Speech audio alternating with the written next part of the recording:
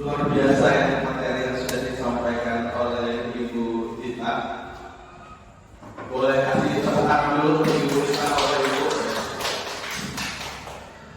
Serius Bu Dita, dari apa yang Ibu jelaskan, saya itu dari kita pelatihan guru penggerak, itu materi yang paling saya suka adalah materi 5 posisi kontrol. Karena itu saya sangat antusias mengikutinya. Mengapa? Karena saat materi itu diberikan, oh ternyata kita mencoba posisi saya di mana ya, posisi saya di mana ya. Oh ternyata selama itu posisi saya sebagai penghukum, ternyata posisi saya sebagai teman dan lain sebagainya. Jadi berharapan besarnya, apakah nanti kita tetap di sekolah ini ataukah nanti kita berada di sekolah lain, saya pindah dan lain sebagainya. Dengan bekal ilmu ini setidaknya kita bisa membawa hubungan positif lah. Kita semua bisa menerapkan diri kita sebagai manajer seperti itu. Oke, saya lanjutkan. Terima kasih atas kesempatannya Ibu Dita mengenai apa yang Bapak Ibu pahami mengenai disiplin positif. Oke, ini berbicara mengenai kedisiplinan. Menurut Bapak Ibu, disiplin itu seperti apa sih? Ada yang berbagi? Ibu Anita, boleh?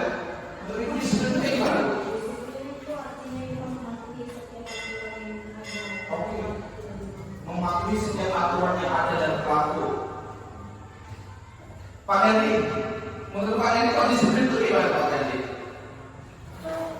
Disiplin kita taat, terus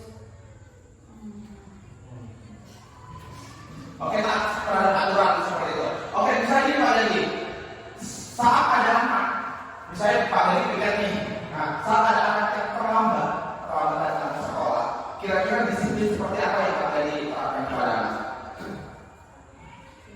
misalnya datang terus sebelum waktu masuk, misalnya 15 menit sebelum waktunya masuk, mau masuk lagi sekolah. Oke, bagaimana jika ada anak yang terlambat saat Bapak pikir?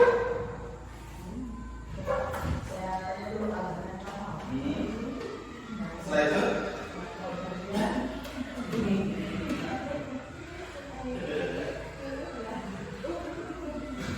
oke, terima kasih. Sebagian besar, jika kita berbicara mengenai disiplin, Bapak Ibu, maka yang ada di otak kita jika ada anak yang terlambat atau melakukan kesalahan atau tidak mengikuti aturan yang berlaku, maka kita akan memberikan hukuman.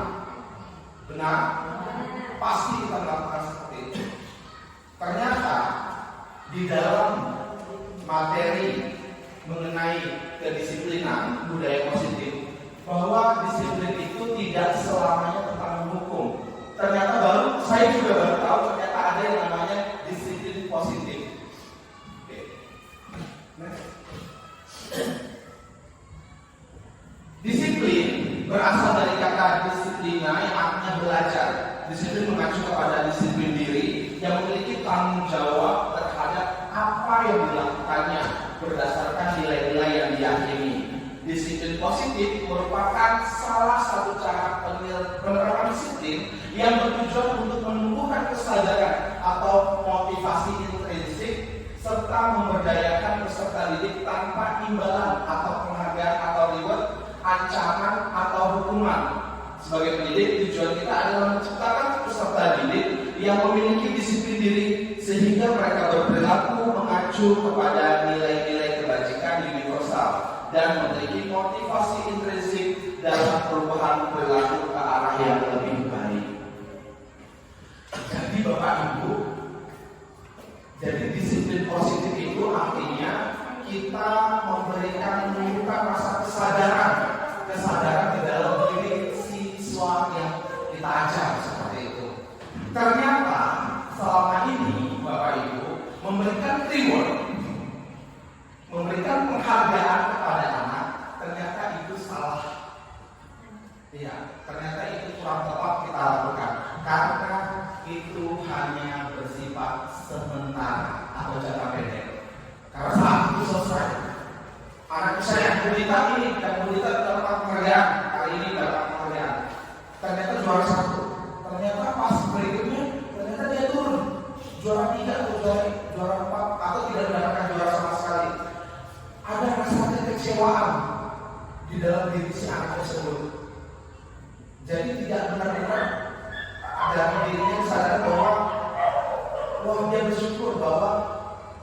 nilai yang dia dapatkan, harga, nilai yang dia dapatkan itu adalah hasil upaya dia sendiri, seperti itu. Jadi yang dimaksud dengan penghargaan, reward atau disiplin positif ini Bapak Ibu, jadi apa yang sudah dilakukannya itu adalah suatu keberhasilan. Misalkan contoh, anak main bola, itu kan pasti ada nilainya, ada hadiahnya, juara 1, 2, atau 3 gitu kan.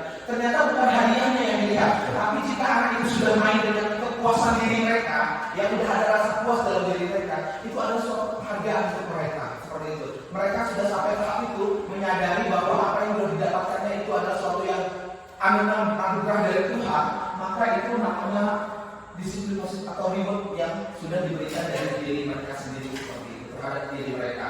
Jadi reward di sini bukan berarti hadiah ya Bapak Ibu ya, bukan hadiah yang diberikan, tetapi penghargaan mereka terhadap diri mereka sendiri atas apa yang sudah mereka lakukan, seperti itu. Nah itu kita. Oke, belajar atau berbicara mengenai nilai-nilai kebajikan. Jadi Bapak Ibu nanti terutama tadi wali kelas, siapapun nanti jadi wali kelas.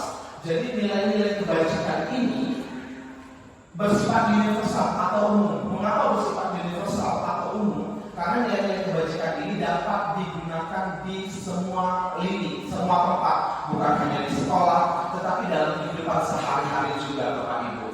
Jadi nilai-nilai kebajikan inilah yang nantinya akan kita ambil atau kita pilih untuk menjadi keyakinan kelas, seperti itu. Di sini nilai kebajikan adalah nilai yang disepakati bersama, terlepas dari suku, bangsa, agama, bahasa maupun latar belakang. Contoh nilai kebaikan institusi atau organisasi. Misalnya, kalau berkaitan dengan profil pelajar Pancasila, ada beriman dan bertakwa kepada Tuhan Yang Maha Esa. Oh, itu seperti lagunya kan, Bapak Ibu? Beriman, pelajar Pancasila, beriman dan bertakwa pada Tuhan Yang Esa dan berakhlak mulia, berkebinekaan global, gotong royong mandiri, kreatif dan bernalar kritis. Oke, itu profil pelajar Pancasila yang sering kita suruh anak-anak setiap pagi nyanyikan, sehingga nilai-nilai kebajikan itu dapat terserap atau tersimpan di dalam memori mereka, seperti itu. Yang kedua, ada IBO Primary Youth Program atau PYP. Ada nilai-nilai yang nilai-nilai kebajikan yang ada, yaitu nilai toleransi, nilai rasa hormat, integritas, mandiri, saling menghargai, antusias, empati, keingintahuan, kreativitas, kerjasama, percaya diri, dan komitmen. Sedangkan keterampilan hidup atau life skill ada dapat dipercaya, lurus hati, pendengar yang aktif, tidak merendahkan orang lain, dan memberikan yang terbaik dari diri. Jadi segala sesuatu Bapak Ibu, nilai kebajikan itu banyak raganya. Yang jelas nilai kebajikan itu adalah sikap atau sesuatu positif yang dapat kita lakukan, seperti ini. Next. Oke, kita lihat motivasi berlaku manusia. Ada dua Bapak Ibu ya, ada motivasi ekstrinsik dan ada motivasi intrinsik. Kalau ekstrinsik itu sifatnya yang satu untuk menghindari ketidaknyamanan atau hukuman. Misal contoh, anak-anak hari ini silakan Bapak akan memberikan tugas atau PR, silakan dikerjakan ya. Oke. Jika anak-anak itu mengerjakan tugas itu alasannya kebanyakan adalah untuk menghindari hukuman. Karena kalau dia tidak mengerjakan PR, maka kebanyakan mereka pasti akan mendapatkan hukuman dari gurunya. Seperti itu. Yang kedua, motivasi ekstrinsik tadi yang reward. Jadi mereka mengikuti suatu kegiatan, misalnya kita melakukan kegiatan Sumpah Pemuda, atau kita mengikuti kegiatan perlombaan. Kalau di dalam diri mereka masih tercermin untuk mendapatkan imbalan atau penghargaan dari orang lain, itu masih masuk ke dalam kategori motivasi ekstrinsik. Artinya motivasi yang keluar dari luar diri si anak itu, seperti itu. Tetapi berbeda jika motivasi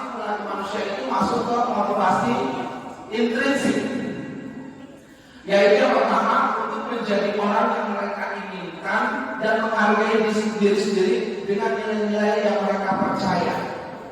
Jadi Bapak Ibu, mereka udah punya keyakinan klasik, udah punya nilai-nilai kebajikan di dalam dirinya.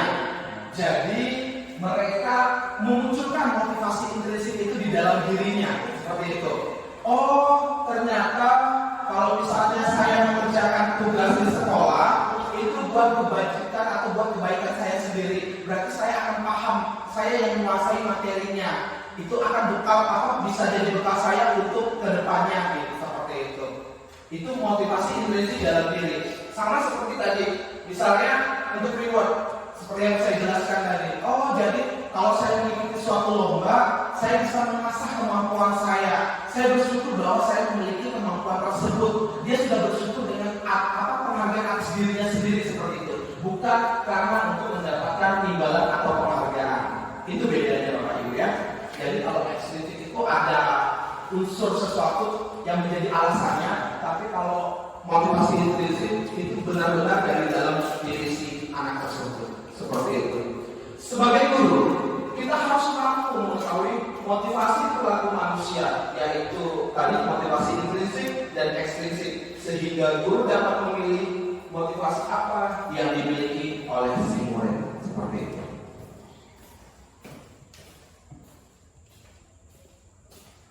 Oke, di situ di depan bisa dilihat Bapak Ibu contoh motivasi eksternal atau ekstrinsik dari Bapak Ibu. Yang pertama, berpartisipasi. Jadi selama ini kita kebanyakan menggunakan motivasi ekstrinsik ya Bapak Ibu di sekolah. Yang pertama, berpartisipasi dalam perlombaan karena ingin membawa pulang hadiah. Kadang-kadang kalau misalnya ada lomba, kita sebagai pembina datang ikut, ternyata ada kita kalah, rasanya aduh, kenapa bisa kalah padahal udah latihan luar biasa segala macam. Seperti itu. Yang dibawa apa Bapak Ibu? Kekecewaan. Iya, ada rasa kekecewaan. Yang ujung-ujungnya membuat itu ada dampak psikologis dari anak itu. Kadang-kadang nanti ditambah lagi udah anak kecewa, ditambah gurunya marah-marah lagi. Kamu harusnya kayak gini, harusnya kayak gini, harusnya kayak gini. Jadi anak itu dibuat down dulu, bukan mensyukuri. Oh ternyata kamu apa evaluasi yang bisa dilakukan seperti itu. Oh kamu sudah bagus, kamu kurang ini, tinggal kita perbaiki sama-sama latihan di sini. Harusnya kita bisa lebih bijak seperti itu. Yang kedua, belajar hal baru karena tuntutan pekerjaan. Jadi kita tidak akan belajar jika kita tidak dituntut. Iya, contohnya hari ini. Jika kita tidak dituntut seperti ini, kita tidak akan pernah melakukan pertemuan seperti ini. Sama seperti saya Bapak Ibu. Contohnya, jika saya tidak mengikuti pendidikan guru penggerak, mungkin saya tidak akan belajar namanya ANFA. Saya tidak akan tahu namanya Gimir, board, dan lain sebagainya. Saya tidak akan mengerti apa itu. Karena tugas-tugas pendidikan guru penggerak kalau kita tidak tahu ANFA segala macam, kita akan susah mengerjakannya. Mau tidak mau, karena tuntutan, akhirnya saya mengerjakan. Ternyata hal tersebut dampaknya luar biasa positif buat saya. Bukan hanya untuk saya pribadi, saat ada anak-anak menanyakan, Pak, bagaimana sih cara membuat Canva? Saya bisa memberitahu anak-anak tersebut. Saya punya hal positif yang bisa saya bagikan kepada mereka seperti itu. Yang ketiga, Bapak Ibu, menghabiskan waktu bersama orang lain karena ingin meningkatkan status sosial. Nah, ini biasanya ibu-ibu ya. Arisan sosialita ya. Biasanya juga seperti itu, menghabiskan waktu bersama orang lain karena ingin meningkatkan status sosial. Kadang-kadang di sekolah juga seperti itu Bapak Ibu. Anak-anak juga Bapak Ibu. Mungkin di desa kurang ya Bapak Ibu, tapi di kota biasanya mereka pakai geng-gengan. Oh ternyata kalau misalnya kumpul sama geng ini, ternyata nanti dipandang karena ini terkenal, orang tuanya orang kaya segala macam. Seperti itu. Jadi ada motif tertentu gitu, sehingga nama mereka bisa terlihat. Ini kalau saya nonton film-film Korea ini banyak kasusnya seperti itu. Banyak yang mengikuti tren, mengikuti pekerjaan orang tuanya segala macam sehingga anaknya populer dan lain sebagainya. Itu masih masuk ke motivasi ekstrinsik atau eksternal. Dan yang terakhir Bapak Ibu membersihkan kamar agar tidak dimarahi orang tua. Sama seperti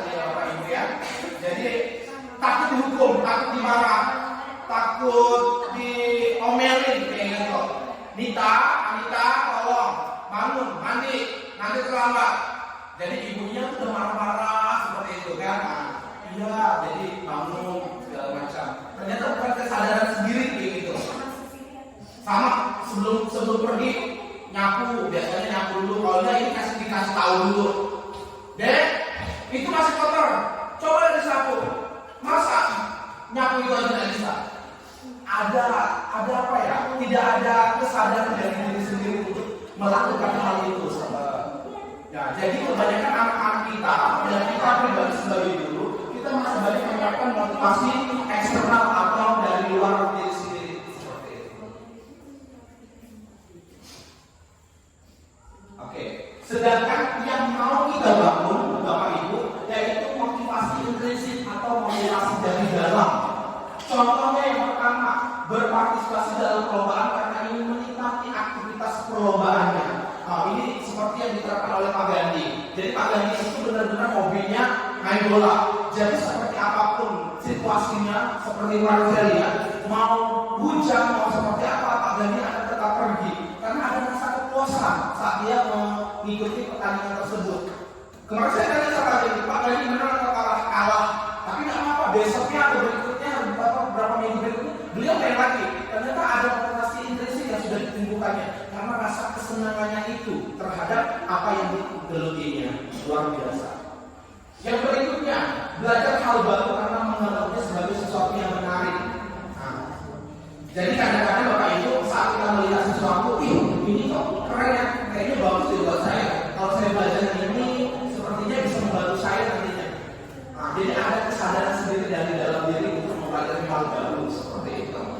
Yang berikutnya, menghabiskan waktu bersama orang lain karena ingin menikmati waktu kebersamaan dengan mereka, bukan karena pansos ya Bapak Ibu ya, bukan karena sesuatu hal, tetapi kita menghabiskan waktu saya dengan keluarga, dengan teman, dengan kolega, dengan orang lain, orang terdekat siapapun itu karena kita ingin bersama, karena kita ingin mencurahkan perasaan kita, karena kita ingin berkolaborasi atau bertukar pendapat, bukan karena ingin kalau aku dengan dekat sama Pak Frans ini, nanti aku dikenal sama pejabat.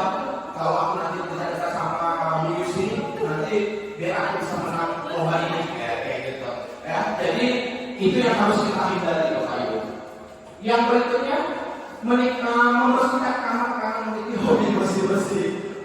Jadi ini hobi ya Bapak Ibu.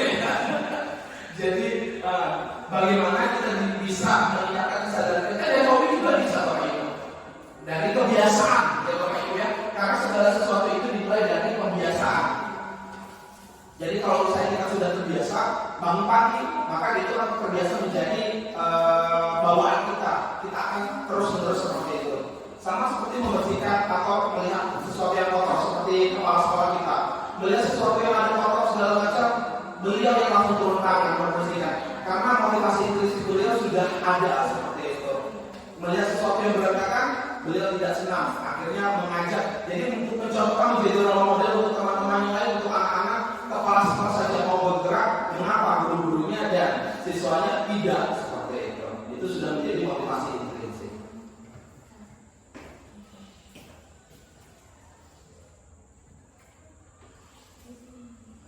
Penyelesaian masalah yang dihadapi oleh murid dalam menjalankan peraturan ataupun keyakinan kelas atau sekolah, bila mana ada suatu pelanggaran, tindakan apa yang Bapak Ibu lakukan? Apakah hukuman, konsekuensi, atau restitusi? Tapi sebelumnya,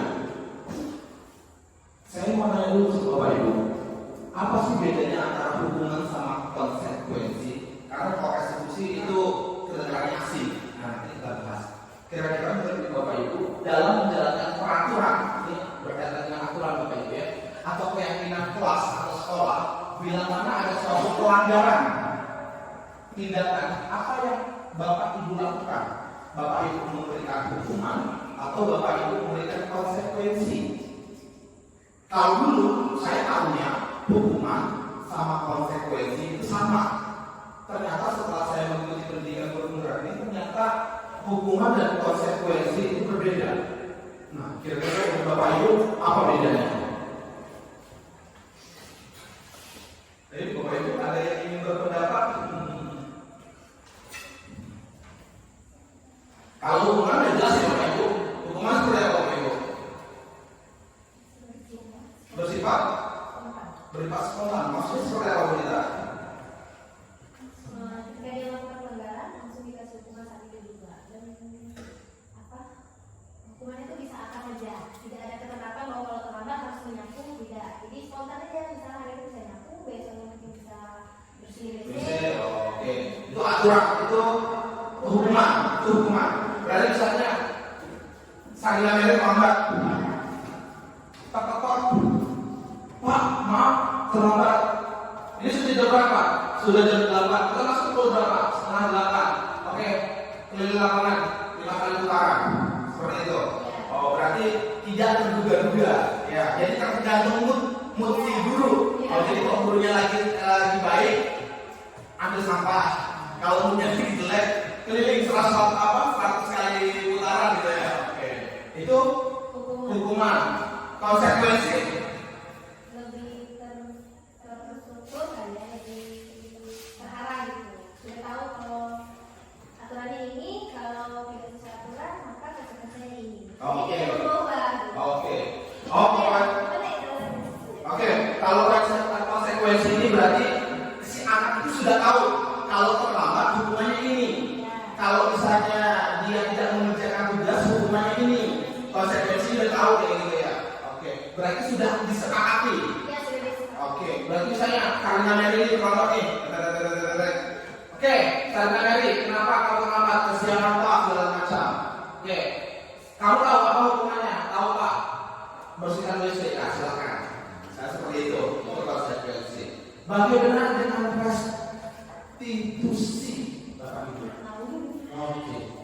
Sekarang kita lihat ke penjelasannya, Bapak Ibu ya, lebih paham. Oke, yang pertama hukuman tadi, cara untuk melakukan pengarahan agar tingkah laku bisa sesuai dengan perilaku secara umum. Tadi benar ya. Jadi secara langsung Bapak Ibu. Jadi hukuman itu tidak kita atur. Jadi sesuai dengan apa yang kita lihat pada saat itu. Yang kedua, konsekuensi merupakan akibat dari melakukan tindakan yang tidak sesuai dengan ketentuan di sekolah atau sebuah lingkungan maupun peraturan. Seperti yang tadi dijelaskan, jadi mereka sudah tahu aturannya apa. Jika melanggar, mereka dapat hukuman seperti apa.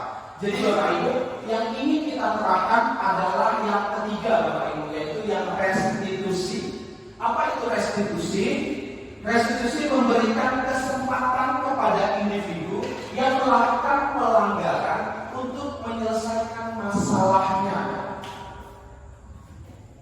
Sarina Mary, kenapa kamu terlambat? Kesiangan Pak.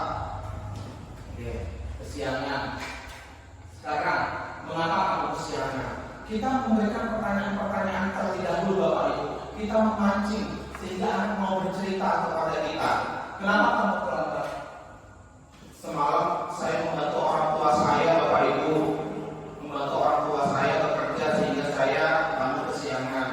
Oke, kalau begitu Bapak Ibu, Sarina Mary, setelah kamu itu bagaimana kamu ini Mary? Kalau kamu kesiangan lagi, bagaimana cara kamu mengatasinya? Oh, kalau kamu cara mengatasinya, Pak, saya punya alarm Pak, saya bisa menghidupkan alarm. Oke, selain alarm, apa lagi yang bisa kamu lakukan? Jadi kita menanyakan kepada dia bagaimana solusi-solusi yang bisa ditimbulkannya sendiri dari si siswa. Jadi kita memancing sehingga siswa itu kan sadar sendiri, mendapatkan ide sendiri, gagasan sendiri, bagaimana dia bisa menyelesaikan masalahnya. Oh, di rumah saya ada berapa orang di rumah kamu, Sarina Mary? Ada 3 orang Pak, ada bapak saya, ibu dan adik saya. Oh, berarti selain alarm, kamu bisa minta tolong jika kamu kesiangan lagi kepada bapak kamu atau ibu kamu atau kepada adik kamu untuk membantu kamu agar kamu tidak terlambat dan kesiangan lagi, seperti itu.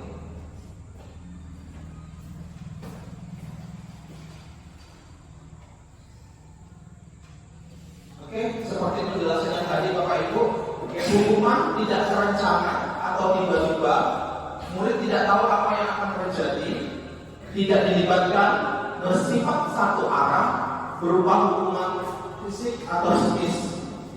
konsekuensi tadi terencana, disepakati sesuai peraturan, murid tetap dibuat tidak nyaman, sikap guru selalu memonitor murid. Jadi sebagai pemantau, jadi melihat memantau terus aktivitas si murid. Sedangkan restitusi, proses menciptakan kondisi bagi murid untuk memperbaiki kesalahan tadi. Kita menanyakan apa masalahnya, terus gimana solusi yang bisa diberikan oleh si anak tersebut. Proses kolaboratif atau bekerja sama yang mengajarkan murid untuk mencari solusi sendiri. Oke, dari ketiga pendekatan dalam menyelesaikan masalah murid, mana yang sering Bapak Ibu lakukan? Silakan.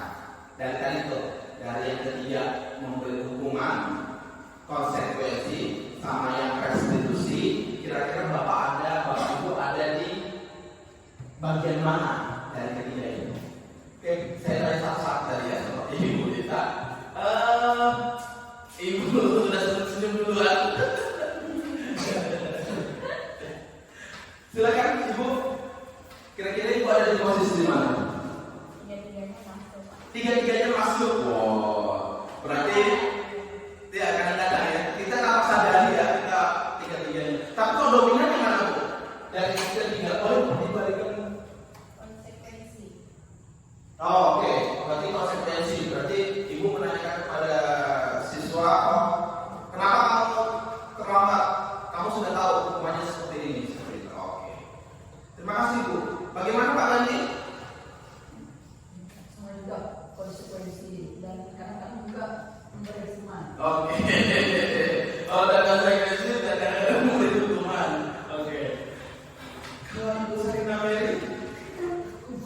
Oh, ini Ibu. Oh, ini anaknya ya. Kembarannya maksudnya. Ya, kalau Ibu Sarina Mary? Hukuman. Oke. Berarti spontan secara langsung. Ibu Yusri? Hukuman. Berarti secara langsung juga. Oke. Ibu Anita? Hukuman. Bapak? Kalau saya lebih ke konsekuensi, hukuman jarang-jarang sih. Oke. Tapi restitusi kalau saya baca kadang-kadang juga ada. Kadang-kadang. Iya, silakan. Kalau saya kadang tanpa sadar kita tuh sudah melakukan di tahap restitusi sebenarnya. Cuma mungkin belum secara keseluruhan atau penuh. Karena kan kalau restitusi nanti ada step-stepnya, tahapan-tahapannya. Kadang mungkin nanti di ketiga restitusi bisa dilihat. Saya juga baru lihat di situ. Kita tuh kadang-kadang sudah masuk ke restitusi, kita sudah menanyakan, kita sudah memberi kesempatan kepada anak, tapi mungkin belum 100% sesuai dengan harapan itu. Kalau saya juga lihat, kadang-kadang saya merasa saya sudah masuk ke restitusi. Saya lebih baik dialog ke siswa itu, kadang-kadang saya memberikan kesempatan kepada mereka. Jadi gimana nih, kalau kamu mau mengerjakan tugas ini, kamu mau bagaimana? Karena saya memberi kebebasan seperti itu kayak.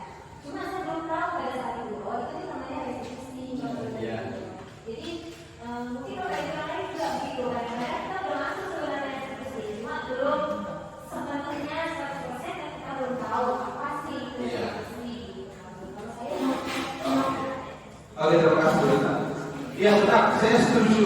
Jadi kadang-kadang kita pasti nanya sama anak dulu kan. Kita pasti bertanya di awal itu bertanya, kenapa kamu saya terlambat? Kenapa kamu terlambat? Apa yang menjadi masalah kamu seperti itu?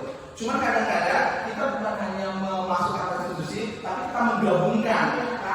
Sudah memberikan restitusi bertanya itu, kita menyampaikan karena sudah terbiasa, kita memberikan hukuman.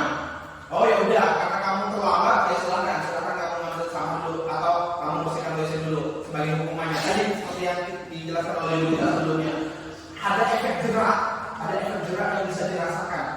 Padahal apa yang kita lakukan itu salah, karena efek jerak yang kita berikan itu belum tentu menjadikan anak itu sadar, tetapi bisa jadi malah lebih kayak gitu. Seperti itu.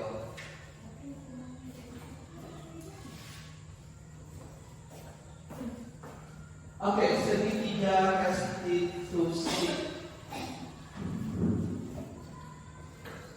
Proses menciptakan kondisi bagi peserta didik untuk memperbaiki kesalahan mereka sehingga mereka bisa kembali pada kelompok mereka dengan karakter yang lebih kuat atau dari Gosen 2004. Jadi segitiga restitusi ini ada 3 Bapak Ibu, namanya segitiga. Ada 3 hal yang menjadi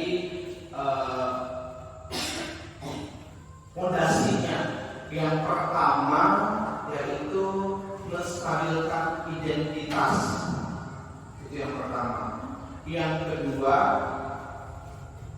validasi tindakan yang salah. Dan yang ketiga tadi seperti yang Ibu Dita sampaikan, menanyakan keyakinan. Nanti kita akan praktik Bapak Ibu agar lebih paham. Jadi yang pertama, guru yang berperan sebagai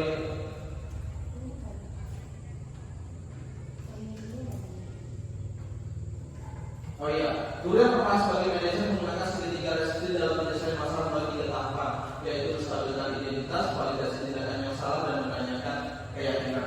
Jadi Bapak Ibu kembali ke posisi kontrol tadi. Jadi jika kita ingin menerapkan posisi kontrol yang kelima, yaitu sebagai manajer, maka nanti kita akan menerapkan segitiga restitusi dalam menyelesaikan setiap permasalahan yang ada pada siswa atau pada murid kita, seperti itu.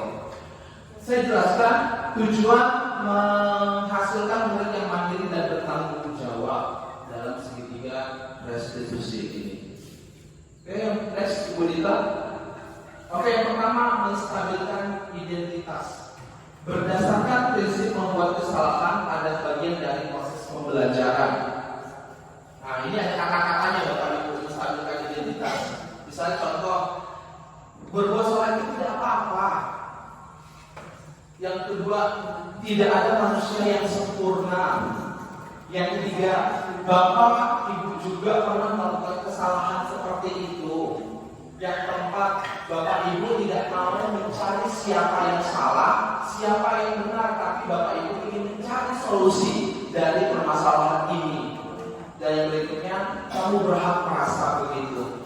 Jadi Bapak Ibu, di menstabilkan identitas ini tujuannya adalah membuat siswa atau murid kita itu tidak merasa terpojokan, tidak merasa bersalah karena dia membuat kesalahannya ada seperti itu. Kadang-kadang tadi kan kalau misalnya ada anak membuat kesalahan, kita langsung marah, muka kita udah sangat. Kau terus ya, kita udah emosi. Kau terus. Salah, bersihkan WC, sana ke lapangan. Kita tanpa sadar emosi kita langsung membentak-bentak yang kita tidak tahu apakah itu akan mempengaruhi psikologis anak tersebut atau tidak, seperti itu Bapak Ibu. Jadi dengan adanya pertanyaan di menstabilkan identitas ini, itu membantu anak untuk mengontrol dirinya. Oh ternyata membuka, jadi membuat dia netral dulu Bapak Ibu. Sikapnya menjadi netral, sikapnya menjadi tenang, ya, menjadi stabil seperti itu. Jadi misalnya ini, tadi misalnya Bu Sarina Mary itu kan datang ke Sarina Mary, kalau ibu jadinya sekarang jadi siswa ya. Sarina Mary datang terlambat. Sekarang saya sebagai gurunya Sarina Mary silakan ke kantor, datang dia ke kantor. Sarina Mary, kamu sudah berapa kali terlambat? Sudah 3 kali Pak terlambat. Oke, Sarina Mary, dengarkan. Kita sebagai manusia pasti pernah melakukan kesalahan. Kamu melakukan kesalahan, Bapak juga pernah melakukan kesalahan. Teman-teman guru, teman-teman kamu juga pernah melakukan kesalahan. Benar? Benar Pak. Oke. Jadi di sini tidak ada namanya manusia yang sempurna ya, Sarina Mary. Nah, jadi Bapak di sini memanggil kamu bukan untuk mencari kesalahan, siapa yang salah, siapa yang benar, tapi Bapak ingin kita mencari sama-sama solusi apa yang ingin kita bisa terapkan seperti itu. Oke. Jadi dengan pertanyaan-pertanyaan seperti itu bisa membuat anak menjadi tenang, membuat anak bisa menjadi merasa nyaman dengan dirinya, bukan langsung dijudge, bukan langsung dikata-katain lah bahasanya seperti itu. Jadi menstabilkan identitas seperti tadi ya, bagaimana kita membuat anak merasa nyaman walaupun dia melakukan kesalahan, tetapi kita tidak langsung memberikan hukuman secara tiba-tiba seperti itu. Itu di menstabilkan identitas. Yang kedua, Bapak Ibu, setelah kita menanyakan, kita memberikan menstabilkan identitas, kita menanyakan seperti apa, kalau manusia melakukan kesalahan dan lain sebagainya, kita sama dan lain sebagainya, kita masuk ke tahap yang berikutnya, yang kedua Bapak Ibu, yaitu validasi tindakan yang salah. Oke. Validasi tindakan yang salah di sini adalah berdasarkan prinsip setiap perilaku berupaya memenuhi suatu kebutuhan tertentu. Jadi kalau anak melakukan kesalahan, anak itu setiap manusia itu punya tujuan sendiri. Setiap anak itu, setiap kita juga memiliki tujuan masing-masing. Oh, saya melakukan ini karena saya ingin ini. Oh, Ibu Mary melakukan ini karena ingin ini, seperti itu. Jadi mereka punya alasan masing-masing seperti itu. Misalkan dalam validasi tindakan yang salah, kata-kata yang bisa atau kalimat yang bisa kita gunakan, kamu pasti punya alasan mengapa melakukan hal itu. Kamu patut bangga pada diri sendiri karena telah melindungi sesuatu yang penting buatmu. Kamu boleh mempertahankan sikap itu, tapi kamu harus menambahkan sikap yang baru. Seperti itu. Jadi validasi tindakan yang salah di sini adalah kita menanyakan alasan-alasan mengapa anak itu melakukan kesalahan. Seperti itu. Misal contoh tadi salinan itu lambat. Kita sudah menanyakan tadi kan, kita sudah memberikan menstabilkan identitas bahwa setiap manusia pasti pernah melakukan kesalahan. Kita lanjutnya ke validasi tindakan yang salah. Saya bertanya, salinan Mary, mengapa kamu bisa terlambat? Nah, nanti dijelaskannya. Saya terlambat karena tadi malam saya harus ngasuh adik saya, ibu saya jualan malam-malam, jadi saya harus ngasuh adik saya sampai jam 12 malam, ibu saya baru pulang jualan gorengan. Oke. Sehingga setelah itu saya ditambah lagi jam 2 lalu ibu saya untuk membuat adonan gorengan tersebut. Jadi saya belum ada tidur, saya baru tidur jam 5 subuh seperti itu. Akhirnya saya siangan. Oke. Jadi biarkan ya di dalam validasi tindakan ini, biarkan anak bercerita, biarkan anak meluapkan apa yang dialaminya seperti itu. Jangan kita putus. Nah, jadi dia merasa nyaman tadi, biarkan dia bercerita kepada Bapak Ibu semua seperti itu. Biarkan mereka curhat kepada Bapak Ibu tentang permasalahan yang dihadapinya. Itu namanya validasi tindakan yang salah. Sehingga kita sebagai guru bisa berpikir nantinya, oh kira-kira jika permasalahan anak seperti ini, apa yang akan solusi apa yang bisa kita berikan seperti itu pada permasalahan yang anak hadapi seperti itu.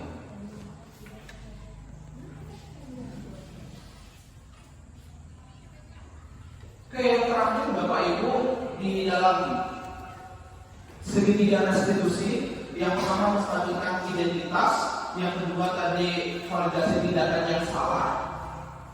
Jadi sambil kita tanya ini yang kedua itu Bapak Ibu ya, kamu tahu kan apa yang kamu lakukan itu salah? Nah, tahu Pak segala macam. Nah, nanti baru kita tanya alasan-alasannya seperti itu.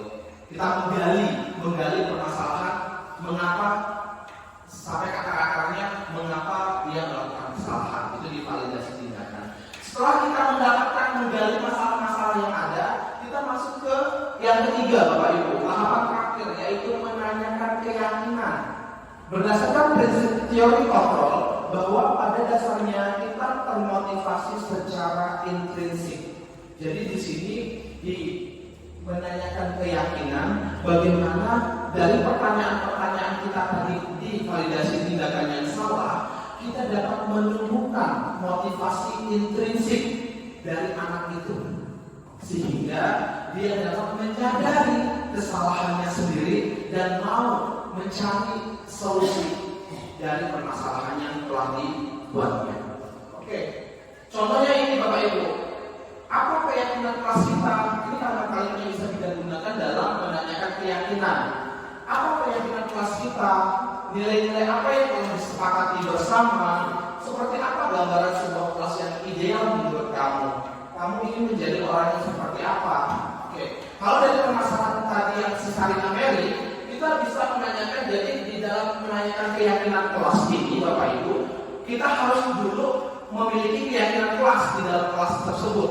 Jadi kita tanya dulu, oke Sarina Mary, coba sebutkan Bapak keyakinan kelas yang sudah kita sepakati bersama di dalam kelas apa saja. Oke, nanti Sarina Mary akan menyebutkan, oh keyakinan kelas yang ada itu ada disiplin, ada saling menghargai, ada kebersihan, ada kesenangan, dan ada tanggung jawab Pak. Oke, dari keyakinan kelas yang sudah kita buat, kira-kira keyakinan kelas mana yang kamu langgar seperti itu? Oke, disiplin. Ada lagi? Tanggung jawab, bisa seperti itu. Komitmen. Mengapa disiplin? Karena kan kalau tadi disiplin, kita membahasnya mengenai tepat waktu. Iya, hadir tepat waktu. Jadi kalau Sarina Mary terlambat, berarti disiplinnya tidak disiplin lagi. Akhirnya melakukan kesalahan. Sekarang Sarina Mary, bagaimana agar kamu bisa disiplin? Agar kamu bisa memenuhi keyakinan kelas yang sudah kita sepakati bersama. Ayo bagaimana upaya kamu agar kamu tidak terlambat lagi datang ke sekolah? Hal-hal yang seperti itu Bapak Ibu, pertanyaan-pertanyaan seperti itu akan memicu atau menstimulus rasa kesadaran dalam diri anak-anak, motivasi intrinsik. Oh ternyata dia berpikir sendiri. Oh iya ya, ternyata di dalam kelas kemarin kami sudah melakukan keyakinan kelas. Jadi kalau misalnya saya melanggar, berarti saya sudah melanggar keyakinan kelas bersama. Jadi apa ya yang harus saya lakukan? Oh, yang harus saya lakukan itu saya harusnya, pertama saya harus membagi waktu nih, ya, dalam membantu orang tua saya. Yang kedua, sepertinya saya harus memasang alarm agar ketika saya bangunnya terlambat, alarm saya bisa berbunyi tepat waktu seperti itu. Walaupun mungkin Sarina Mary tadi datang rumah tidak mandi dan lain sebagainya, tidak masalah. Yang penting dia bisa datang tepat waktu ke sekolah. Ya, Bu Meret. Oke, Bapak Ibu, bisa video ini? Oke Bapak Ibu, kita coba ya Bapak Ibu, ya kita praktikan sebenarnya ada video Bapak Ibu, ada video mengenai segitiga restitusi agar Bapak Ibu lebih paham seperti itu penerapannya. Oh nggak mau terlihat ya, itu kita.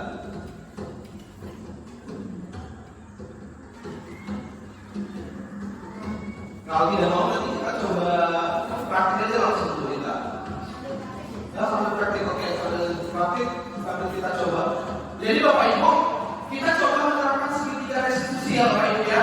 Berarti nanti saya minta satu orang menjadi guru dan satu orang menjadi siswa Bapak Ibu dalam menerapkan segitiga restitusinya. Jadi murid nanti akan seolah-olah terlambat ya Bapak Ibu atau melakukan kesalahan seperti itu. Nanti si guru akan menerapkan segitiga restitusi, akan memposisikan dirinya sebagai manajer seperti itu. Jadi menanyakan pertanyaan pertama, orang melakukan kesalahan segala macam, itu masuk ke kualifikasi tindakan. Apa alasan kamu? Segala macam, bahwa apa tindakan yang kamu lakukan, apa itu sudah benar atau salah. Nah itu ditanyakan di kualifikasi tindakan. Dan yang terakhir di bagaimana si guru dapat menanyakan mengenai solusi. Kira-kira solusi apa yang bisa diberikan oleh si anak tersebut untuk menyelesaikan permasalahannya sendiri. Oke, ya Bapak Ibu ya.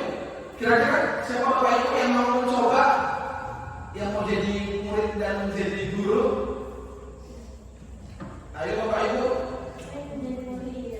Oke, kalau kita mau jadi murid. Oke, yang jadi gurunya boleh siapa? Oke, Bu Mer. Oke, silakan ayo kita maju. Kita coba Bapak Ibu ya. Enggak apa-apa, kita kan belajar. Kita sama-sama belajar Bapak Ibu.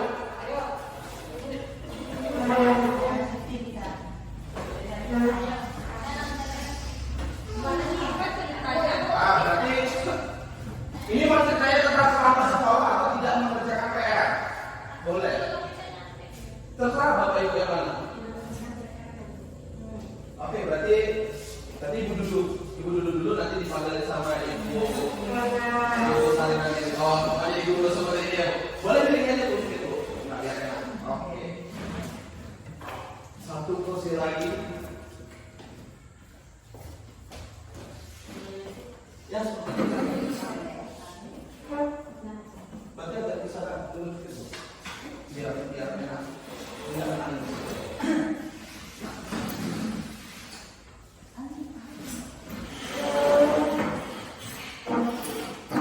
Oke, kita coba ya, Bapak Ibu ya. Oke, di sini Bu Sarina Mary akan berperan sebagai guru. Setelah itu Ibu Sarina Mary jadi akan menanyakan siapa yang belum mengerjakan PR. Nanti semuanya mengatakan sudah Bu. Nanti ada temannya bilang, Bu, Anita belum mengerjakan PR. Ya, nanti teman teriak aja nggak apa-apa. Benar Anita? Ayo Anita coba ke sini. Gitu. Nanti setelah Anita ke sini, baru Ibu melakukan tindakan langkah-langkah yang pertama, kedua, dan ketiga. Ya. Apa? Oh, tidak bisa. Enggak apa-apa, boleh kita coba. Enggak apa-apa, ini kita di situ dulu. Bukan dulu ya. Iya, bukan. Enggak apa-apa, nanti kita coba ya, Bapak Ibu ya, terakhir ya.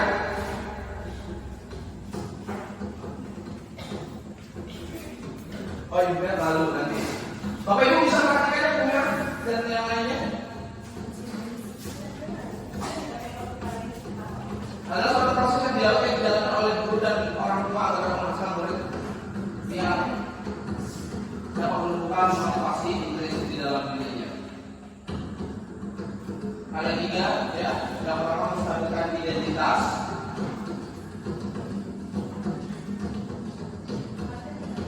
Yang kedua melakukan validasi tindakan yang salah seperti yang sudah saya sampaikan.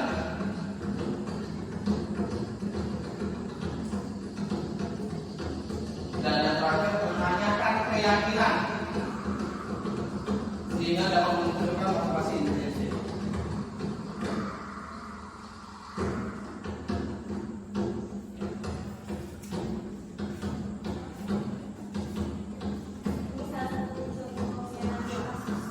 Di kasus yang kemarin saat belajar di IPS,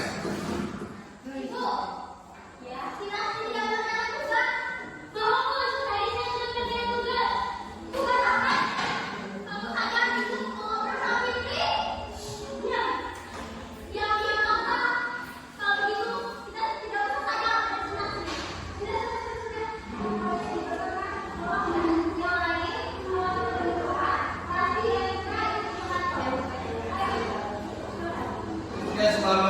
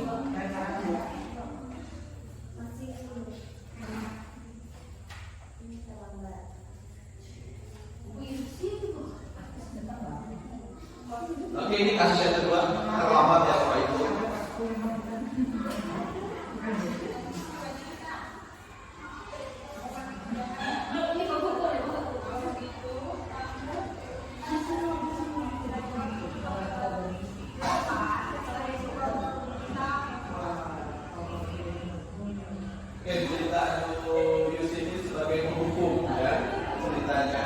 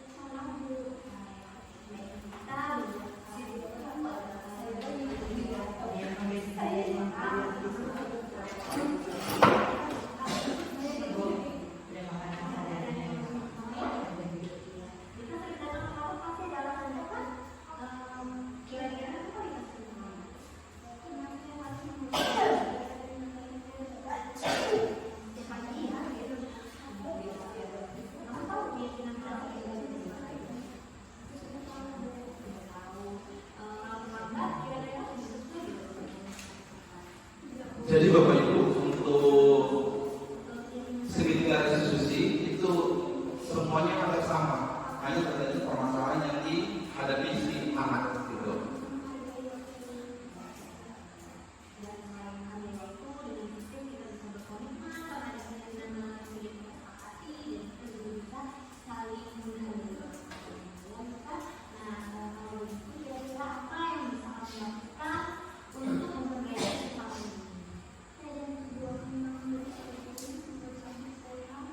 Oke, di sini bukan si guru yang memberikan solusi, tetapi si anak yang kita umumkan, yang kita tanyakan untuk mencari solusi atas permasalahan yang dilakukannya sendiri seperti itu.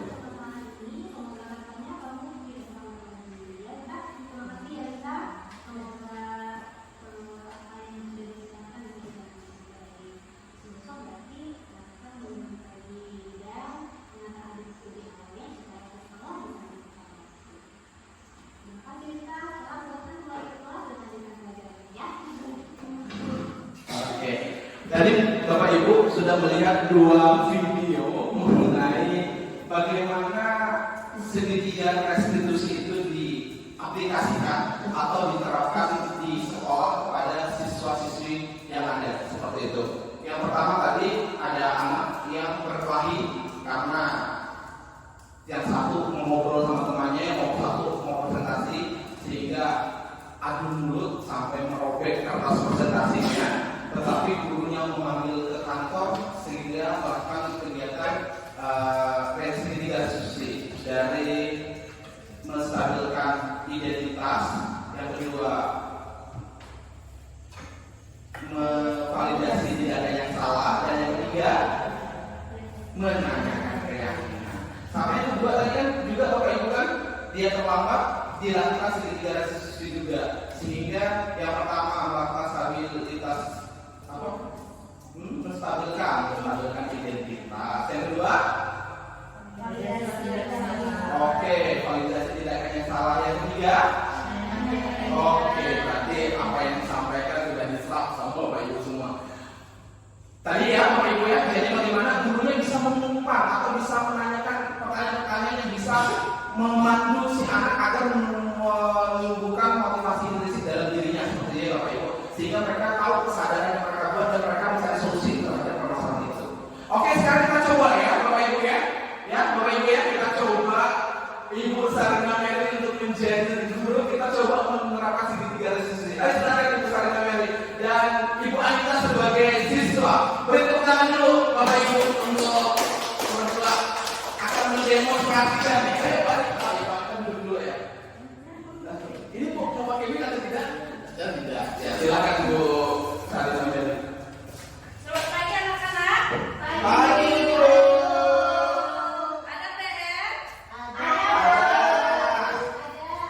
Siapa yang tidak mengerjakan PR? Saya tidak mau. Kamu Bu, Anita tadi yang ganti. Anita yang terjadi. Iya. Benarkah ganti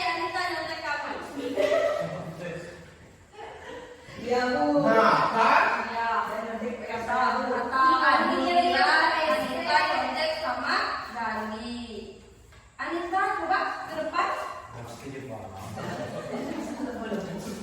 ini Ibu Sarina Peri memanggil Anita ini langsung di kantor ya Bapak Ibu, tidak langsung di depan siswa-siswi semua seperti ini. Ya. Boleh pakai ini.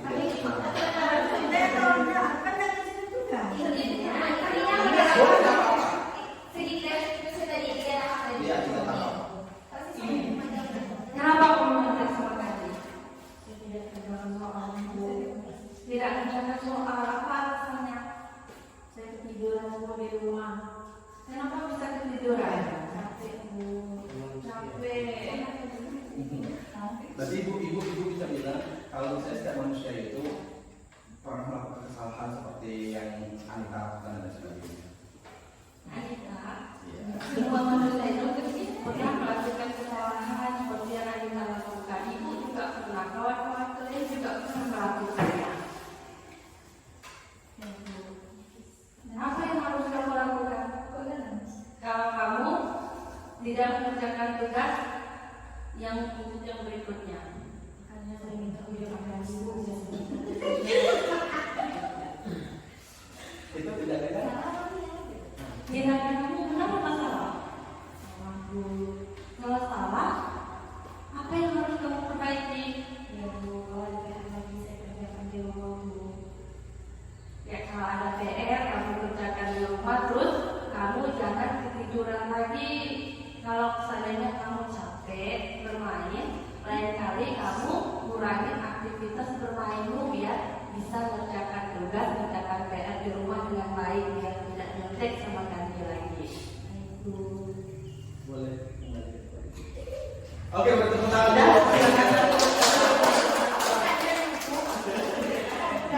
Oke, terima kasih Ibu Sarina Peri dan Ibu Anita. Sekali lagi teman-teman beri tepuk tangan dulu untuk kedua teman kita. Luar biasa ya. Jadi Bapak Ibu, secara tidak langsung, secara spontanitas ya Bapak Ibu ya tadi ya, Ibu Mary sudah melakukan tindakan segitiga resolusi tanpa sadar. Jadi kalau tadi Anita sebagai kerja menyeleneh, makanya saya jangan ganti Bu, karena saya nggak kerjain itu ya. Tapi Bu Sarina Peri tidak sabar, masih menanyakan apakah tindakan yang kamu lakukan itu salah atau benar? Oh salah Bu. Oke, bagaimana jika kamu bisa melakukan apa yang bisa kamu lakukan? Ya Bu, lain kali saya akan mengerjakan tugas itu. Habis itu tadi diberi penguatan lagi sama Ibu Sarina Peri, diberikan saran kalau itu mengurangi aktivitas bermain kamu di luar dalam mana sehingga kamu bisa mengerjakan tugas terlebih dahulu seperti itu. Luar biasa.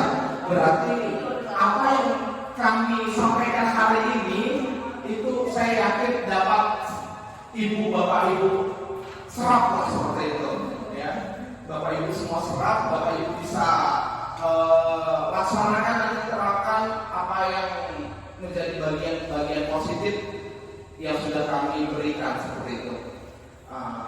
Mungkin itu saja yang bisa saya dan Ibu Anggar ini sampaikan.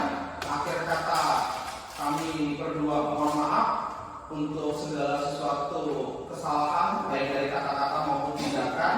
Semoga apa yang kami sampaikan dari tadi sampai sekarang dapat bermanfaat untuk kita semua, khususnya untuk sekolah kita di SMKN 11 ini. Akhir kata, wabillahi taufiq wal hidayah. Wassalamualaikum warahmatullahi wabarakatuh. Shalom, namo buddhaya, om swastiastu, salam kebajikan, rahayu, salam dan bahagia.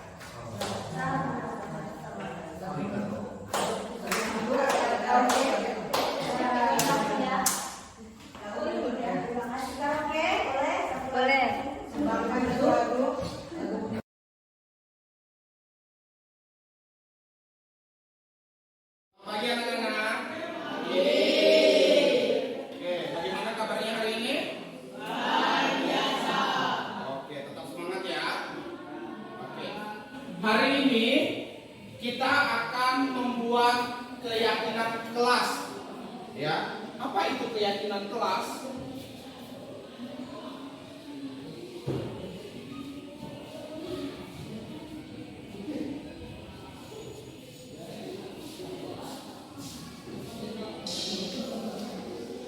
keyakinan kelas di sini adalah peraturan ya, peraturan-peraturan atau kesepakatan-kesepakatan yang ingin kalian buat di dalam kelas. Ya. Jadi kira-kira kalian itu ingin apa sih di dalam kelas? Nah, itu nanti kalian akan tuliskan. Nanti Bapak akan bagikan kertas ya. Kalian akan tuliskan kira-kira apa yang ingin kalian lakukan. Jadi keyakinan kelas itu banyak sekali kan aturannya kan, apa yang kalian inginkan. Misalnya tidak boleh ribut, tidak boleh membuang sampah, banyak sekali. Jadi bebas, kalian boleh menuliskan lebih dari satu ya, apa yang kalian inginkan. Bisa? Bisa ya? Oke, sekarang Bapak bagikan.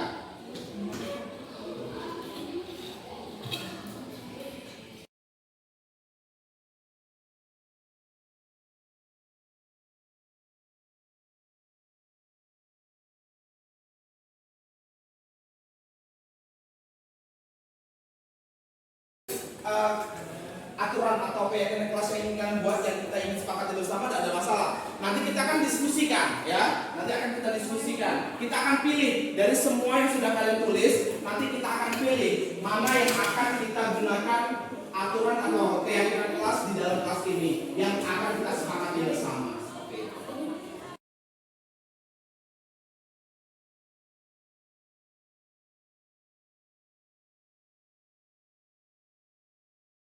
Bapak minta nanti kalian menempelkannya di depan ya. Tempelkan. Nggak perlu banyak, dikit aja udah nempel kok.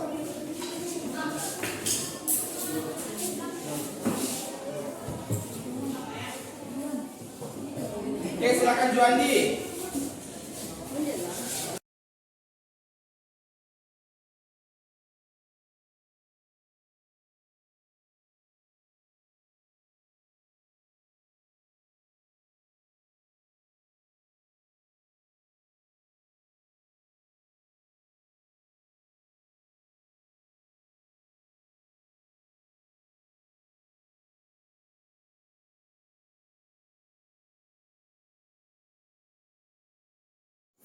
Oke, kalian sudah membuat keyakinan kelas ya dari pemikiran kalian sendiri. Sudah kalian tempelkan keyakinan kelas kalian di depan. Sekarang Bapak minta satu orang, Abraham, boleh untuk maju untuk membacakan kira-kira keyakinan kelas apa yang ditulis oleh teman kamu.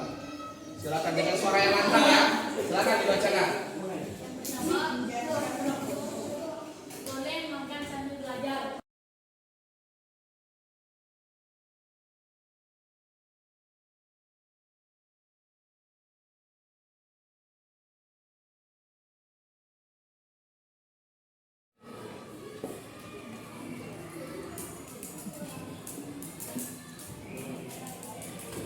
Oke, dari keyakinan kelas yang sudah kalian tulis ya, dapat kita simpulkan ada 4 hal ya. Nanti boleh kita bicarakan lebih lanjut. Yang pertama, menaati tata tertib sekolah. Seperti tidak boleh buang sampah sembarangan, datang piket tepat waktu dan lain sebagainya.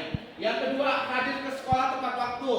Yang ketiga, belajar serius tapi santai. Berarti ada waktu-waktu tertentu kalian boleh tadi ya, boleh membawa makanan atau minuman gitu kan di pelajaran tertentu seperti itu.